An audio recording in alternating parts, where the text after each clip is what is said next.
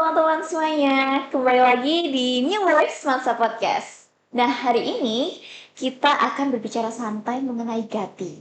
Gati adalah gerakan Ayo Teladan Indonesia. Dan hari ini saya mengundang narasumber yang merupakan salah satu guru SMA Negeri 1 Mojokerto yang telah berhasil mengimplementasikan gerakan Ayah Teladan Indonesia. Oke, boleh Bapak diperkenalkan dirinya? Ya, terima kasih. Nama saya Agus Budi Setiawan dan saya berprofesi sebagai guru. Eh, ya, terima kasih ya, sudah dipanggil di acara ini. Iya, Karena saya oke. cukup apa ya, kok menjadi ayah teladan. Tapi akan berusaha menjadi ayah teladan. Oke, siap. Berarti juga di sini masih sama-sama belajar juga ya, Pak. Oke. Oke, Bapak. Langsung saya mulai ya dari pertanyaan yang paling sederhana. Nah, menurut Bapak, seorang ayah itu cenderung lebih yang fleksibel, galak, atau cuek? Atau sebenarnya perhatian tapi gengsi, Pak? Pertanyaan menutup. Eh, Kadang menjadi susah seorang ayah ini karena dituntut untuk teladan ya. Iya. Jadi terkadang ayah ini harus jaim ini di depan Oh, gitu. anaknya, iya, sehingga terkesan cuek. Tetapi sebenarnya hatinya ini sangat dikerahkan semuanya ke anak. Jadi Wah. perhatian yang luar biasa akan semuanya diberikan ayah ke anaknya seperti itu, Sa. Kemudian sifatnya fleksibel sih. Jadi ayah itu kadang walaupun kelihatannya marah, sebenarnya itu hanya tegas saja. Oke. Kemudian ya bergantung kondisi dan situasi, ayah juga harus sabar. Oke, jadi sebenarnya setiap ayah tuh memiliki rasa perhatian yang besar terhadap anaknya ya, Pak. Tapi karena dituntut untuk menjadi seorang teladan, jadi harus menjaga image gitu ya. Iya. Oke, Bapak. Nah, semisal anaknya Pak Dante, Pak Agus Dante ini memasuki usia remaja. Biasanya komunikasi dengan ayah sama anak saat remaja itu susah nggak sih, Pak? Eh, Susah. Jadi sebenarnya kita berkomunikasi dengan anak yang masuk di usia remaja, ini memang cenderung terkesan si anak ini kurang begitu terbuka. Nah, ini yang harus diwaspadai nih oleh seluruh orang tua ya. Khususnya untuk ayah. Walaupun ayah memang cenderung sibuk bekerja, tapi harusnya dia meluangkan waktunya paling tidak 1 hari itu harus berkomunikasi dengan anak. Seperti itu. Khawatirnya jika tidak terjalin komunikasi dalam 1 hari, kadang ayah berangkat pagi, tidak ketemu dengan ayahnya, pulang-pulang malam, akhirnya kondisi rumah sudah tidur semua, tidak berkomunikasi. Besok terulang lagi, akhirnya akan membuat rasa emosional ini semakin jauh. Sehingga ya harus paling tidak ada quality time di situ untuk meluangkan waktu komunikasi, hadir sepenuhnya untuk anak. Tuh. Jadi minimal sehari itu ada ya komunikasi biar tidak jauh lah bondingnya dan semakin dekat lagi. Nanti takutnya terulang pola yang sama ya Pak. Gitu. Jadi bisa ya hanya pertanyaan-pertanyaan sederhana biasanya kita untuk menjalin komunikasi itu, misalkan sudah makan belum, Ah, pengen makan apa nih, kak, dek, untuk malam ini pengen makan apa. Jadi dari situ mungkin akan terjadi kedekatan ya iya, iya, iya. antara ayah khususnya seperti itu. Karena mungkin seorang anak karena lebih sering ketemu dengan ibunya, mungkin komunikasinya lebih banyak dengan ibu, tapi Gitu. ayah harus hadir Hadir. dalam rumah tersebut. Ya, saya sendiri sebagai remaja juga, saya senang kalau misalnya ditanya dengan pertanyaan-pertanyaan sederhana. Jadi, kita seperti merasa diperhatikan gitu. Oke. Nah, Pak, apa yang biasanya membuat remaja ini malu atau ragu buat cerita ke orang tuanya, Pak? Terutama ayahnya. Iya, ini keren tanya. Jadi kalau menurut saya ada beberapa hal yang membuat remaja ini malu untuk menceritakan sesuatu, apalagi permasalahan pada ayah, sosok Iya. ayah. Iya. Pertama memang mungkin dari kecil dia jarang bertemu dengan ayahnya, itu jarang. Dia lebih sering ketemu dengan ibu, khususnya kalau di Indonesia ya. Ini pada Iya. umumnya seperti itu sih. Sehingga kalau kita lihat kadang anak itu kurang nyaman ketika berkomunikasi dengan ayah. Nah, salah satu faktor diantaranya mungkin usia. Mungkin ketika cerita ke ayah, cenderung ayah itu emosi, marah, Iya. langsung menghakimi. Itu yang sebenarnya membuat anak itu kurang enjoy. Jadi baru cerita, ya aku ada masalah ini nih, ayah itu cenderung langsung emosi. Mungkin karena saya juga nggak bisa menyalahkan ya, kadang ayah itu sudah capek di kerjaan. Tiba-tiba si anak bercerita seperti itu, eh, sehingga membuat ya emosinya tidak stabil. Padahal yang lebih penting adalah sebenarnya cukup didengarkan sepenuh hati, artinya hadir sepenuhnya ya. Yang ngobrol, yang satu pegang HP atau ayah pegang HP, anak sama-sama pegang HP, ngobrol itu juga nggak enak. Iya, Jadi benar. eh, saya rasa yang jelas adalah tolong hadir sepenuhnya, mendengar hakimi itu penting kalau menurut saya. Iya. Sehingga anak itu merasa enjoy ketika cerita apapun itu kepada ayahnya. Seperti itu. Oke. Wah, benar sekali ya Bapak. Jadi mungkin karena kondisi seorang ayah mungkin berbeda-beda. Mungkin ada yang baru pulang kerja capek, terus menampung cerita anaknya, Nah, jadi emosinya makin-makin. ini ada permasalahan ya saya. Iya. Di bumi eh, juga ditambahi Iya. masalah tadi sehingga emosinya tidak stabil. Eh, Ya mungkin juga anak juga harus tahu situasi oh kondisinya iya juga iya. ya mungkin ya. Tapi sebagai Oke. seorang ayah saya rasa eh, hal itu harus bisa ditahan. Kalau saya Oke. pribadi ya saya, urusan kantor kantor, tapi Mm-mm. kalau sudah di rumah, saya akan untuk keluarga, Oke. Jadi memposisikan diri ya, memposisikan Pak. diri. Oke. Oke, Bapak. Nah, di Indonesia kan marak sekali yang namanya fatherless, Bapak. Atau kayak ada ayahnya ini ada, tapi peran secara emosionalnya ini tidak ada. Nah, menurut Pak Agus, bagaimana tanggapannya? Nah ini, eh fatherless ya tadi ya Iya. saya. Memang benar, artinya sosok ayah walaupun ada di rumah, tapi terkadang jauh dengan anak. Nah ini sangat disayangkan sekali. Hal ini memang cenderung di Indonesia ini dia hanya sebagai sosok yang mencari nafkah gitu aja. Iya, Ya, benar. mengurusi rumah tangga, mengurusi kan dan sebagainya. Nah ini kita harus menghilangkan hal itu sebenarnya. Karena bagaimanapun seorang anak itu juga butuh sosok ayah. Makanya kita dapat untuk memuaskan kan rumah, ya kan, ya, Iya. Allah, rumah juga tuh, ya, Stop. nah ini mungkin salah satu dari itu tadi bahwa ayah terkadang tidak ada untuk anak.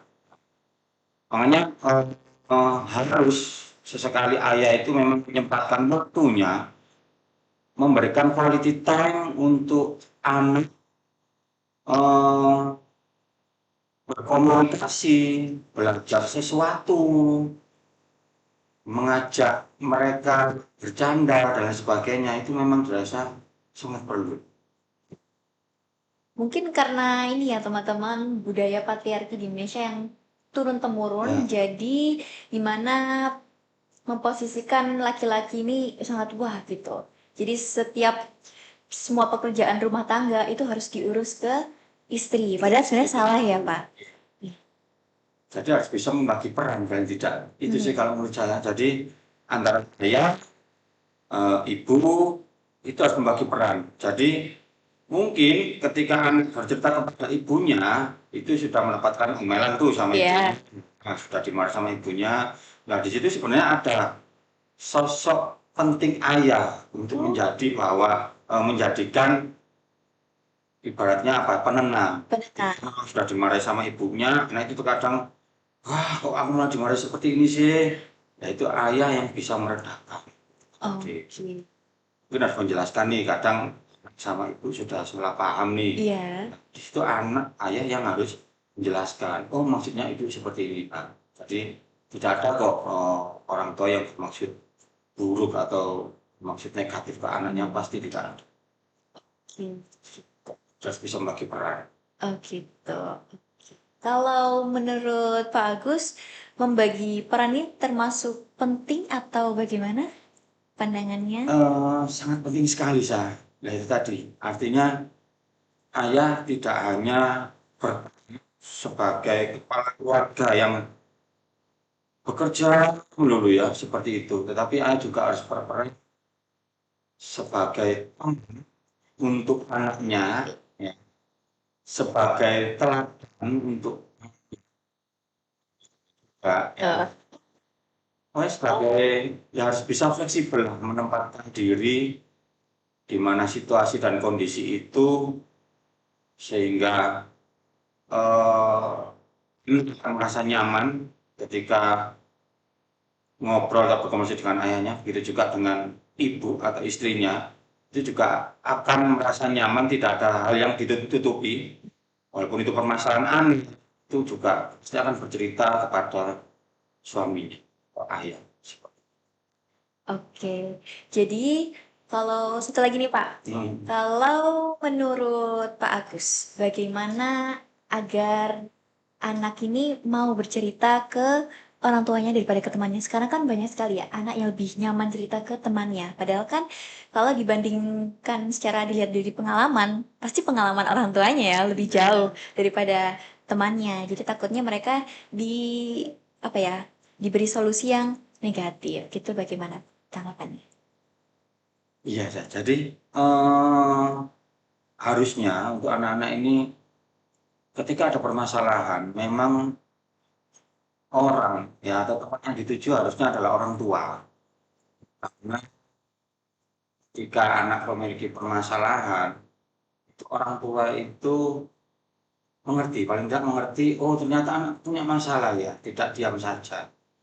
Bahkan cenderung karena anak terkesan diam, itu orang tua merasa bahwa anaknya tidak ada masalah, loh itu malah bahaya. Sehingga orang tua acuh tak acuh, oh anakku diem aja kok, mungkin nggak ada masalah, baik di sekolah maupun di tempat yang lain. Sehingga kalau tadi yang tanyakan, kenapa sih anak cenderung nyaman bercerita kepada temannya ya, Temannya. kepada orang tuanya? Karena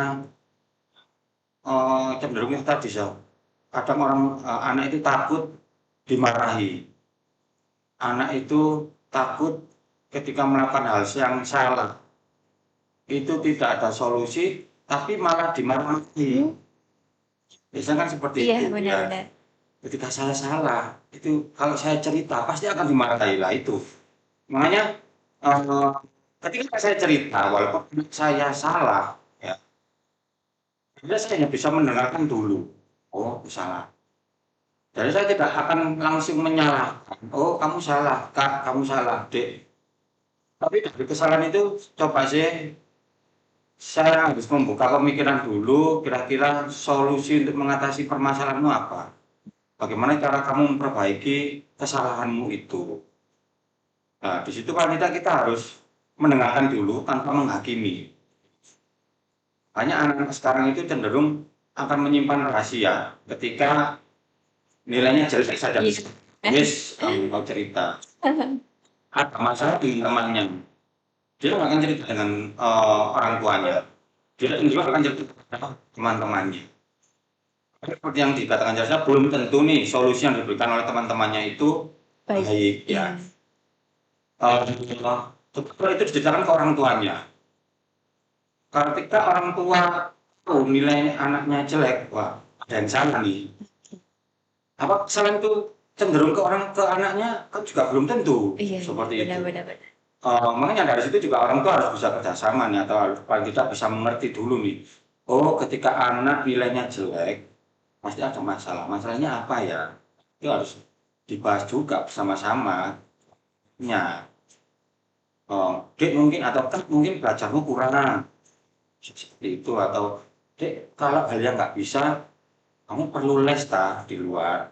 Itu ya coba nanti kita cari kira-kira tempat les yang nyaman buat kamu sih. Jadi untuk membangun komunikasi agar anak mau terbuka sama orang tuanya adalah yang pertama orang tuanya tidak menghakimi ya Tidak Pak? menghakimi. Tidak menghakimi. Oke. Benar sih Pak, karena kebanyakan dari teman-teman juga mungkin merasa kalau ngeluh sedikit, wah udah dihakimi duluan. Apa sih kamu ini gitu Iya. aja kok gitu. Kamu salah benar seperti itu ya. Iya, itu mungkin yang membuat mereka jadi tertutup ya. Iya, Pak. Jujur ya, karena ketika ingin bercerita, itu kan sebenarnya yang pertama tujuannya ingin didengarkan gitu Iya, ya. benar. Ingin didengar. Iya. Jadi cukup didengarkan saja, itu perasaan sudah lega. Sudah lega. Baru ketika kita tanya Solusi kira solusinya apa, rasanya apa, ketika kita memberikan komentar, itu orang yang bercerita akan lebih, oh iya ya, ternyata saya salah, Iya. oh iya ya, seperti itu sih. Oke, sih, yes. Oke, terakhir nih, boleh nggak beri satu pesan untuk para ayah yang sedang menonton video ini dan juga anak remaja seusia saya dan seusia anaknya Pak Agus, apa pesannya untuk mereka? Oke, untuk anak dulu dong. Oke.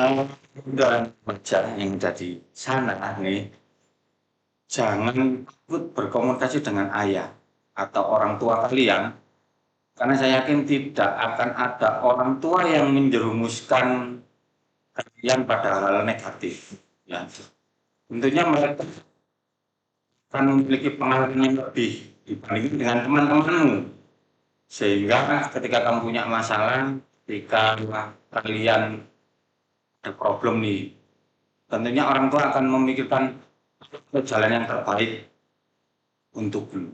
Oke, dalam sekali ya. Oke, kalau untuk ayah, Iya, ya, untuk apa? Iya. Yang kita ketika komunikasi dengan anak harus hadir sepenuhnya. Pak, kalau B-nya tolong disikan dulu nih urusan. Jadi kita hadir dulu. Hati ini kita berikan ke anak dulu. Paling satu hari pulang kerja ya ngobrol sambil makan, sambil nonton visi, kita komunikasi. Tapi di situ tanpa hal yang berurusan di luar, maksudnya kita ke HP aja, itu kita merasa nyaman. Iya, benar. Kemudian yang kedua, kita ada anak yang bercerita, tolong ya bisa itu tadi ya, dengar tanpa menghakimi terlebih dahulu. Jadi dari situ mungkin anak akan lebih merasa nyaman ketika bercerita. Lalu yang ketiga, menuntut tidak terlalu menuntut keinginan kita. Oke. Ya, berikan apa ya, kesan anak untuk mencari passionnya sendiri ya. Sebenarnya ketika kita mendapatkan anak yang pintar, cerdas, nilainya bagus-bagus tuh, itu bonus kok buat kita. Tapi kalau kita mendapatkan anak yang attitude-nya baik, wah itu sangat luar biasa. Jadi posisikan terhadap diri kita, artinya jangan terlalu banyak menuntut ke anak. Lalu ketika kita tinggalkan itu berbuat salah, kita tidak boleh menuntut anak itu harus benar dan benar. Jadi kalau kadang itu sudah berbuat salah, kita lihat kesalahannya apa, ayo kita perbaiki kesalahan. Oke, wah teman-teman, ternyata kedekatan antara ayah sama anak ini bisa lagi mulai dari hal-hal sederhana seperti yang sudah dijelaskan Pak Agus tadi. Nah, sebenarnya nggak harus percakapan yang serius ya Pak. Ya, Kalau sekedar kamu sudah makan atau belum itu sudah cukup ya menurut. sudah cukup. Ya, Ya, oke. Jadi bisa dimulai dengan meluangkan waktu. Yang pertama saling mendengarkan juga dan juga berani membuka obrolan. Nah, disitulah nantinya teman-teman remaja tidak akan merasa fatherless karena ia merasa ayahnya sudah hadir di hidupnya. Oke, terima kasih banyak Pak Agus yang telah berbagi cerita dan perspektifnya di Creative Talks dan juga bersama New Waves Mansa. Kes. Oke, buat teman-teman, jangan lupa juga untuk meluangkan waktu bicara, ngobrol 1, 2 menit, 5 menit bersama ayahnya. Oke, itu saja dari saya, Nadia Karisa sebagai host podcast kali ini dan saya Agus Budi Setiawan. Terima kasih sudah diundang di hati kali ini. Eh, terima kasih saya. oke, oke itu saja dari New Waves Mansa Podcast. See you di podcast selanjutnya.